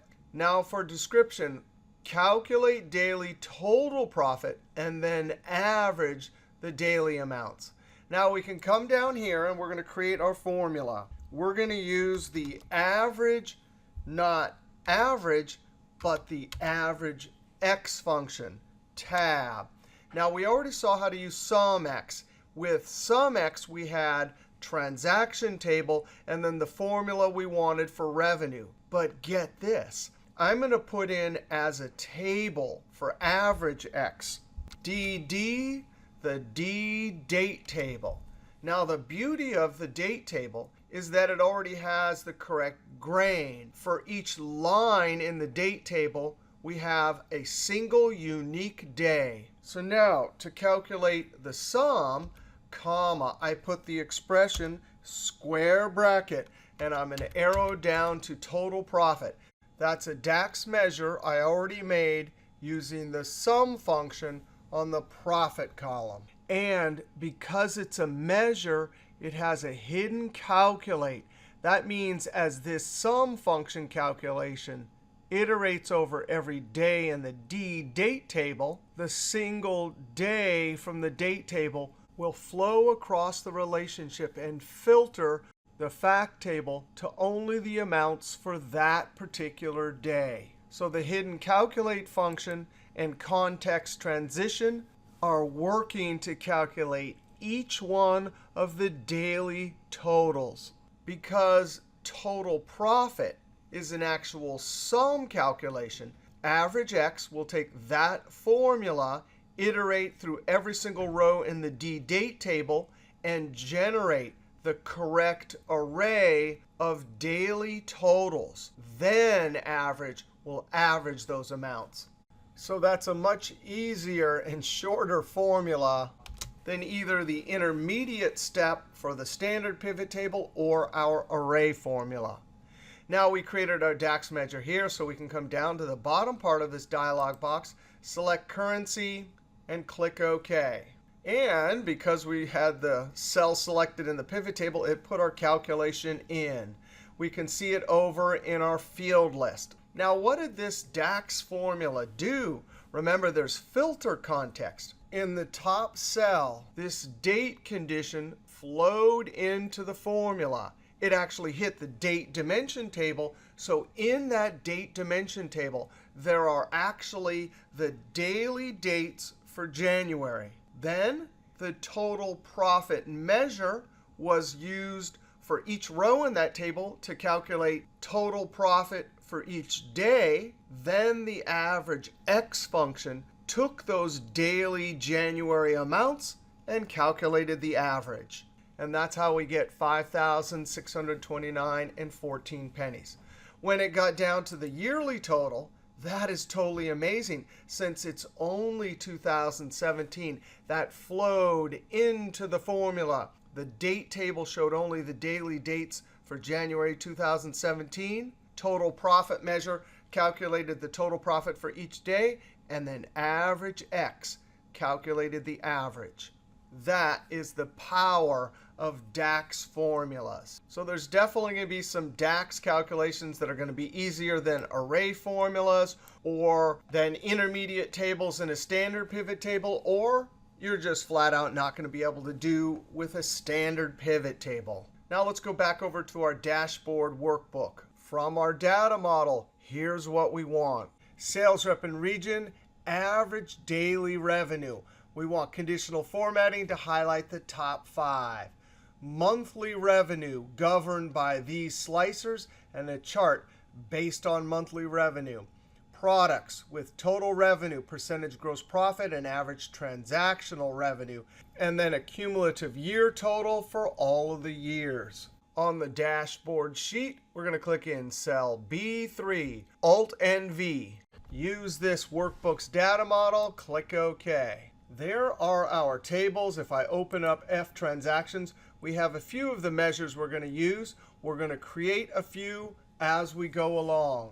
The first pivot table, I'm going to go to sales rep, region, and sales rep. Now, the calculation I want here is the one we just created, average daily revenue. Now, just as we did a second ago, I'm going to go up to Power Pivot, down to Measures, New Measure. The measure name, I'm going to abbreviate so we have a short title at the top of our pivot table. There's our description. I'm going to come down here and use AVERAGEX. DD, there's our D date table and tab. In this model, our measure will be total revenue. I see it there, tab, close parentheses. I'm going to use currency 2 decimals, click OK. That gets inserted right into our pivot table. Now, I want to name each one of these pivot tables. Right-click, Pivot Table Options, Region Sales Rep PT, and Enter. 2 cells to the right, Alt-N-V, and Enter. From D date, I'm going to select not from the hierarchy, but from More Fields. There's Months. From F transactions, Total Revenue. Right-click down to Pivot Table Options, Months PT, and Enter. Now, below the months, which isn't going to change, Alt-N-V, and Enter. We're going to use products down the rows. Up in F transactions, total revenue. Now, we need to create some more measures. I actually want percentage of gross profit. Well, in order to calculate gross profit, we have to first calculate total cost of goods sold. Power Pivot. Measure, new measure. We're going to call the measure total cost of goods sold. Sum of cost of goods sold from the fact table. SUM, tab, FT. I see it right there, and tab. Close parentheses. Currency is fine. Click OK. Now it dropped it into the pivot table here. And if we go look at the data model, Alt-B-M, creating the measures over in the Excel user interface, always will put the measures over here. So if you like them stacked up on the right, then we should probably create them over in the measure grid. Now I'm going to cut this and place it below. Control-V, Control-X, Control-V. The next measure I'd like to create is gross profit. So gross profit, colon, equal sign. And guess what? We take square bracket, total revenue, and we're going to subtract square bracket, total cost of goods sold. We're taking two existing measures and subtracting them. And enter. Now I can add some number formatting. The last measure we're going to need is I'm going to need to take gross profit in the numerator and divide it over total revenue. Percentage gross profit, colon, equal sign, divide, square bracket.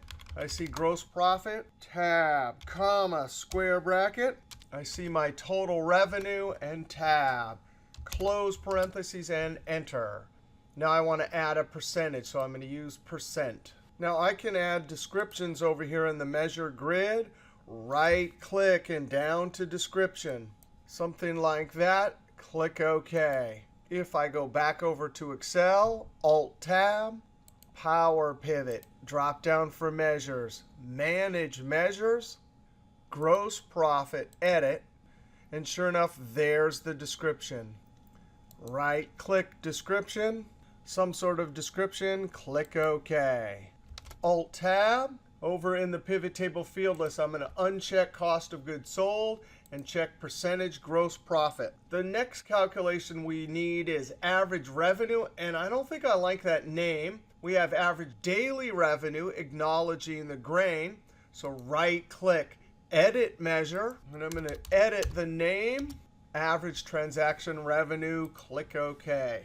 And now I'm going to drag my newly named measure down below gross profit. Now I need one more pivot table. I'm going to click in cell K20, Alt-N-V, Enter. From the date table, year down to columns, month down to rows, up to F transactions, and we're going to take our cumulative year total. Click inside the pivot table design, and I'm going to turn off grand totals for rows and columns. Now I'm going to click in total revenue, and we want our line chart. Insert over to line, and I'm going to select the first one. Click on the title, equal sign, shoots me up to the formula bar, total revenue, and enter. Right click, hide all field buttons. Click on the legend, delete. I don't need these, delete. Up to the green plus, I'm going to use data labels. Those are big, and they have decimals, so I'm going to click once, Control-1. We're going to go down to number and use a custom number formatting. Pound, comma, pound, pound. That will give me a comma separator every 1,000. 0 to display no decimals. Comma, comma, to display in millions. And then I want M to indicate that it's in millions, so in double quotes. Space M in double quotes. I'm going to add that. And there's our custom number formatting. I'm going to close Format Data Labels. Click and drag this to the side. We're going to get some more data later down here that'll extend this one. So I'm going to extend that chart. Now, I didn't name this pivot table down here. Right click, Pivot Table Options, Products PT, and Enter. Over here, right click, and we'll name it Cumulative for Year PT, and Enter. Now I'm going to click in one of these pivot tables, go up to Analyze, and I want two slicers. From Date, I want Year. Over to All, I want Product Category. Click OK. Now I'm going to size and reshape these. And now right-click Year, Report Connections. And the names come in handy because we have a bunch of pivot tables in here. For year, I do not want it to govern cumulative, but I do want it to govern products and region sales rep. Click OK. Right-click Report Connections. I want this one to govern all four. Click OK. Now I could click in the first pivot table. If I like a different design, I could select from design. I'm going to select light green. You can pick which one you want. I did that for each pivot table. I'm going to do the same thing for slicer. Now, I'd like to add some conditional formatting to highlight the top 5. And in a pivot table, we can do that. Home, conditional formatting. And I want highlight top bottom, top 10. And I'm going to change it down to 5. Drop down, and you can change the formatting using custom. I'm going to use fill dark green, font white. You can choose what you'd like. Click OK, click OK, and this great button pops up. I'm going to say average daily revenue for sales rep. That will take the 5 highest for the sales rep. Tyrone Smith, Sue Radkulinator, Chin Pham, Chantel, and Alicia. Top 5. Now down in the products pivot table, I want to add top 5 conditional formatting for each one of these measures. Total revenue, conditional formatting, top bottom, top 10. Change it to 5. Drop down, custom. And this time I want to use only font, bold, and red font color. OK, OK. Now, if I click the option for conditional formatting pivot table options, if I choose all cells showing total revenue, it includes the total, and I don't want that, so I want to select the bottom one, total revenue values for products. Now I want to add the same top 5 conditional formatting to these other 2 measures. Now I've added the conditional formatting to the other 2 columns. Now look at this. We have the quad with the biggest total revenue, but percent gross profit, very small. Long range, very high percentage gross profit, not very much total revenue. And the average transactional revenue is the second biggest. Down here, we have the Yanaki, lots of revenue, and we like that. That percentage gross profit is nice and big. Now, the next thing I'd like to do is add a title for our dashboard. And get this, I want the name of the company, Boomerang Incorporated, and I want it to pick out the correct years. So right now, it should say 2017 to 2020. But later, when we add new data, I want the title to automatically update and have the correct years. We're actually going to create a measure, a formula over in the data model that will create our dashboard title. Alt-B-M, and right down here, dashboard label equals, and then in double quotes, I'm going to type Boomerang Incorporated metrics for the years, and then I'm going to join that to, and from the year column in the date table, I'm going to use the min function, dd, and I'm going to arrow down to year. Close parentheses, ampersand, in double quotes, 2, ampersand, and the max function, dd, down arrow to year. Close parentheses, and enter. Down here, we can see, sure enough, there's our label. Now, over here in Excel, somewhere below, watch this. I'm going to make a pivot table, Alt-N-V, and Enter. I'm going to drag from F transactions, dashboard label down to values. Now, that's a pivot table, and I don't want it as a pivot table. I want it as a formula. So this is a great trick up in Pivot Table Tools, Analyze, Calculations, OLAP Tools, Convert to Formulas. And just like that, we'll actually get 2 formulas. Cube member, which gets the name of the measure, and cube value, which gets whatever that is delivering. Now I'm going to steal this formula in edit mode. Control-C, escape, F2. And right where that B46 is, I'm going to Control-V and Enter. Now I can delete this, and I have a single formula that's pointing to a measure in the data model. Control-X. Now up here, right-click Insert, and right in cell B2, Control-V. Now I can use some formatting in an Excel sheet. Control-1, alignment, center across selection. Font, I don't know, maybe 26 or 7 or 8. White font, fill, dark green, click OK. That is looking good. Now, I'm going to slice this. Slice it again. Try advanced.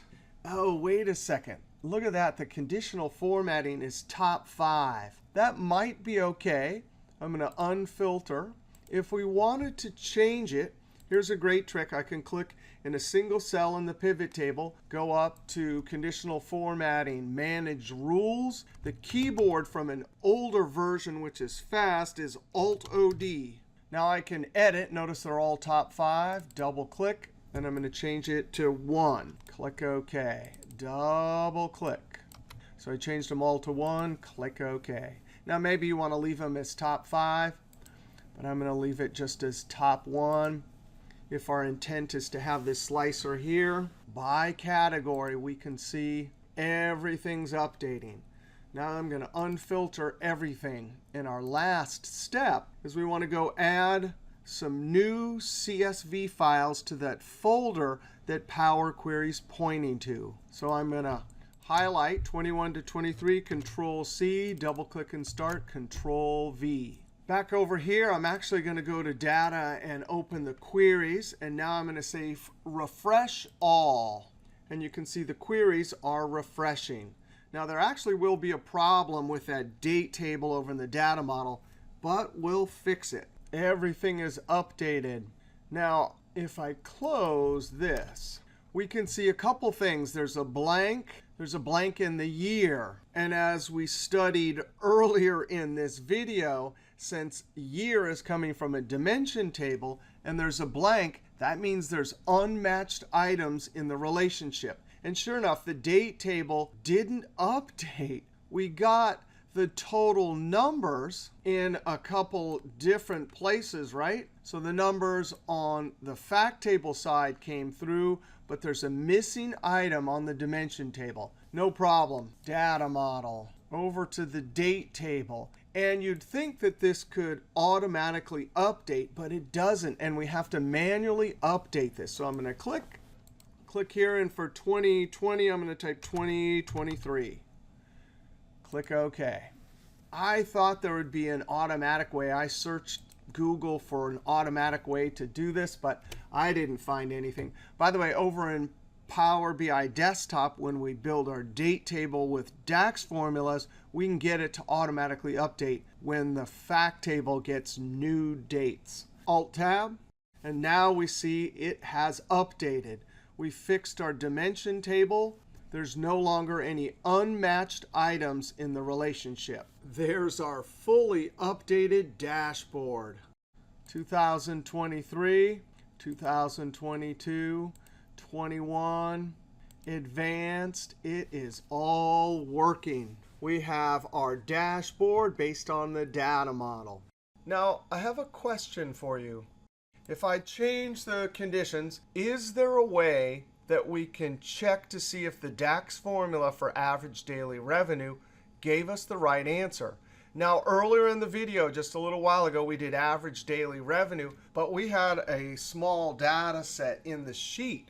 And as a result, we could actually do a check calculation in an Excel cell. Well, what are we going to do with that calculation right there? That's based on a fact table that's 2 million rows. I can't have that fact table in a sheet. It's too big. So I do want to show you how to extract in Excel just the records for a particular calculation. That means for that calculation, we're going to need from the F transaction table just the records for sales rep Tyrone Smith and for the year 2017. Then off to the side, we can make some calculations, and hopefully we get exactly the same answer. And while doing this, we'll get to be introduced to DAX Table Functions. Now, so far in the class, we've seen two types of DAX formulas.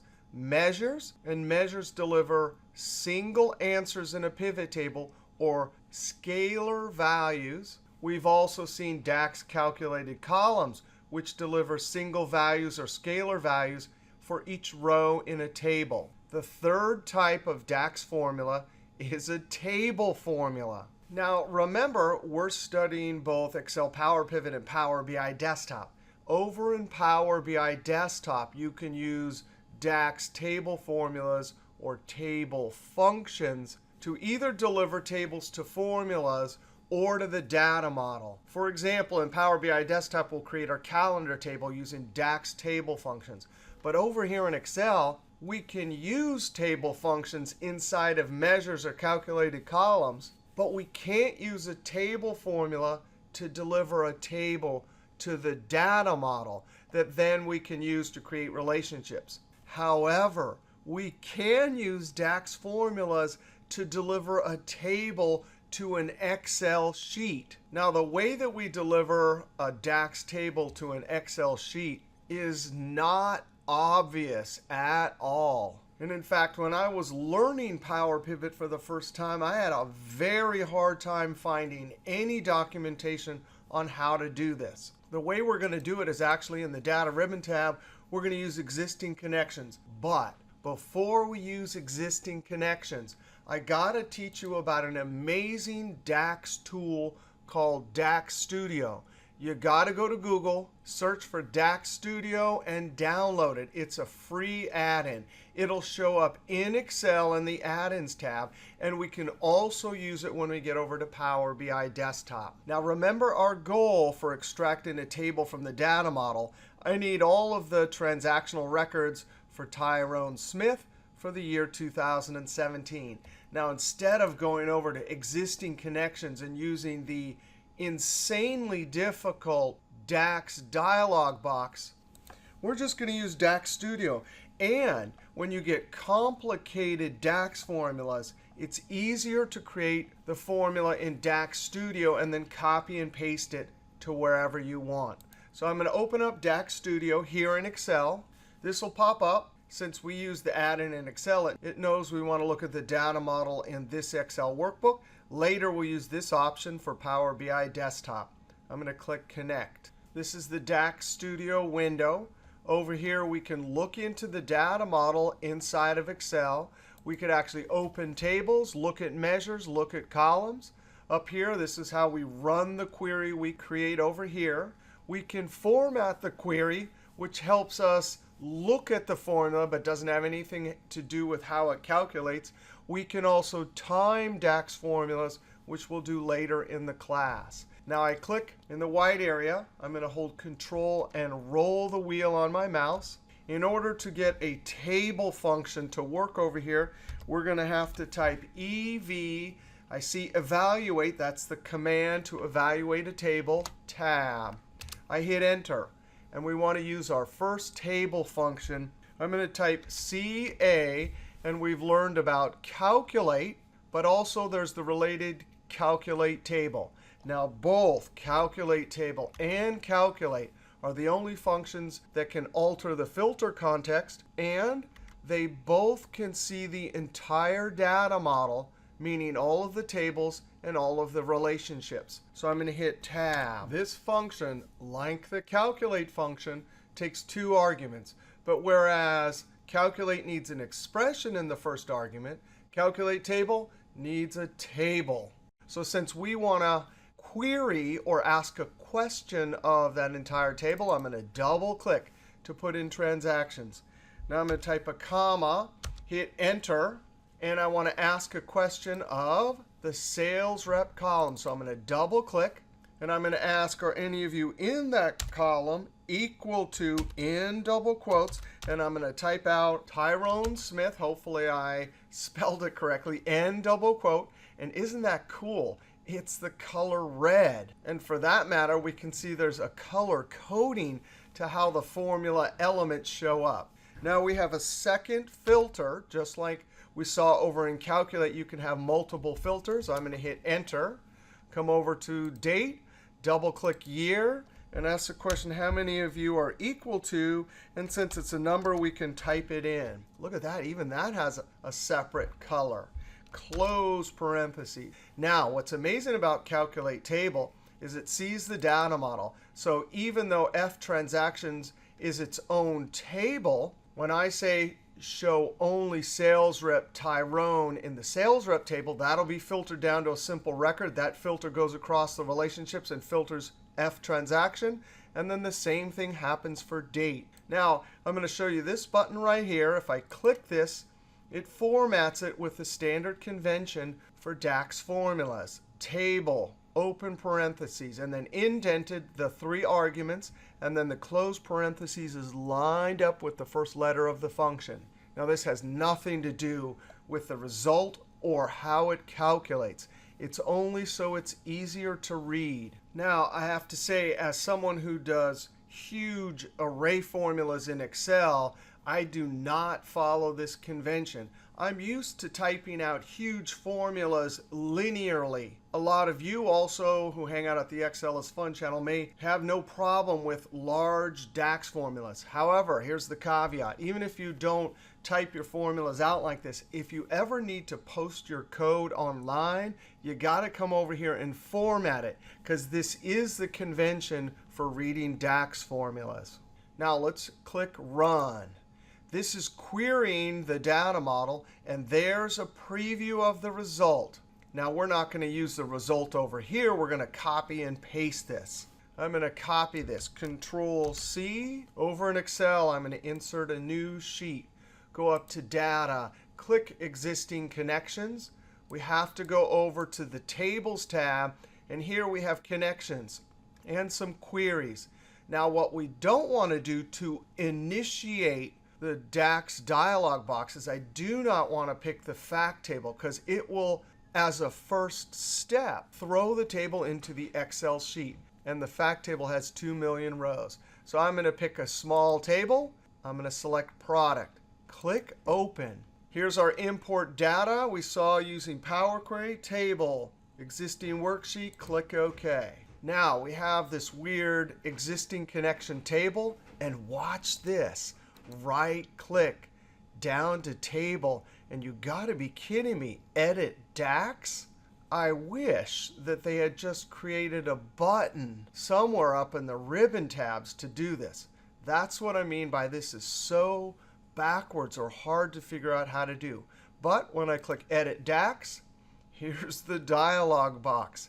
Now, you also got to switch this to DAX. Down here, it's already doing a query saying, show me D product, but as a table. I'm going to Control-V. And if you type your code out here, which I did for a few years before I found DAX Studio, there's no prompts, no nothing, so it's really hard. But when I click OK, you're not going to believe that. We just ran a table query against the data model and got our result. Control down arrow. 60,000 records. So Tyrone Smith in the year 2017 had 60,000 records. Now I want to do a calculation off to the side, and I got to show you a great trick inside of Excel. If I create a date, that's the first day in 2017, I'm going to point to the fill handle, and when I see my crosshair or angry rabbit cursor, I'm going to right-click. Drag down, drag back up, and up pops a secret menu, and I can point to Series. I want to say, please fill this series down the column. Step value is 1, and I want to stop at 12/31/2017. When I click OK, it instantly creates my dates. Some ifs to add for daily totals. Revenue, comma, date, comma, cell reference, Control-Enter, double-click and send it down. This is simulating what that simple AVERAGEX function did internally. Average daily sales, it used AVERAGEX, but we're going to use average, Control-Shift-Enter, Control backspace, and Enter. And sure enough, we got the same number as our DAX formula did in the Data Model PivotTable. Wow, that was an epic video. At the end, we saw how to run a DAX query on the data model and return data to the sheet. Now, we did a lot in this video, but in essence, we built our dashboard based on the data model that had tables from Power Query, relationships, and DAX formulas. If you like what you see in this video, click that subscribe button and the bell icon to get notified about new videos. All right, if you like that video, be sure to click that thumbs up and get ready for our next video, number 16. That'll be an introduction to Power BI Desktop. All right, we'll see you next video.